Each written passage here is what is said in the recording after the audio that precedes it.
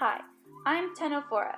It's Greek for kinos, for comb, and forest means bearing. My full name means comb-bearing animal. Something about me is that I'm biradial and live in marine environments. My body is multicellular with 3 tissue layers and some organs and some organelles. My body also contains an internal cavity, mouth, and anal pores.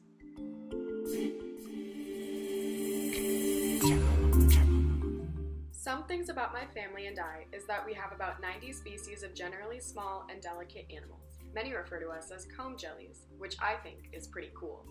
But there is traditionally 100 to 150 species of Ctenophora altogether. My family has a wide variety of body shapes, from small and spherical, or we can be flattened, S-ribbon shaped form and reach up to 2 meters.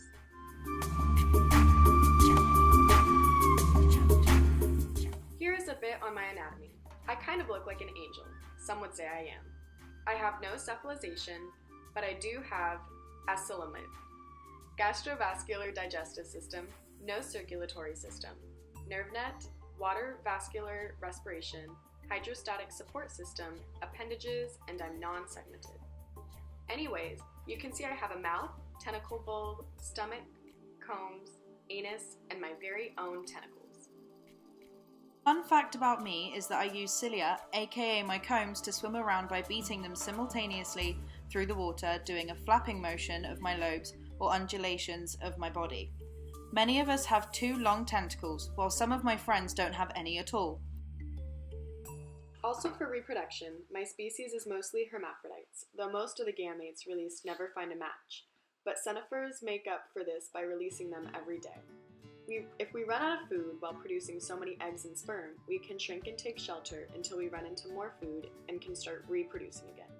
Once eggs and sperm find each other, the embryo develops into a larva that looks just like a small adult ctenophore, and from there, all it has to do is grow up. I am a carnivore. I'm able to survive in my environment by outcompeting native planktonic fishes for food by eating almost all the zooplankton before their eggs hatch, meaning there isn't enough food for them. Our main characteristics include our tein structures. We are tribioblastic, we have 2 anuses, and contain chloroplasts. We are also almost all transparent. My most famous brothers and sisters occur near shore. What's really cool is that some of us produce green and blue lights when we are mad, meaning we are bioluminescent, like so.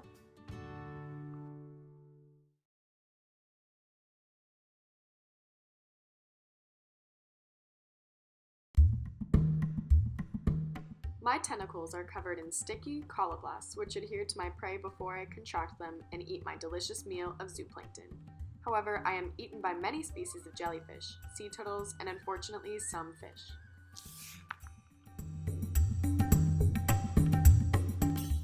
Funnily enough, I am neither a protostome or a deuterostome. I am actually a diploblast, meaning I have 2 germ layers. My ancestors are defined by whether they have a pair of tentacles, the presence of lobes or auricles, and a complex branching system of endodermal gastrovascular canals. I used to be very close to the cnidarians back in the day due to both of us being radiophyla, but scientists have since said that we aren't as close as we thought. In this tree, you can see cnidarians are my closest related friend and differ since they can only have radial symmetry, while I can either be radially or biradially symmetric. We also have a complete digestive tract, while they don't, proving we are more evolved. In a different tree, 16S, I'm still so close to cnidarians, we're practically sisters.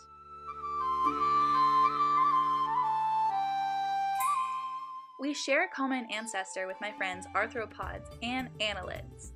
This tree partially looks different from the others because we're observing some different taxa that separate the cnidaria and me. They have developed a hoax gene, mRNA, and collagen. The only difference between me and the sea sponge friends is the lack of collagen.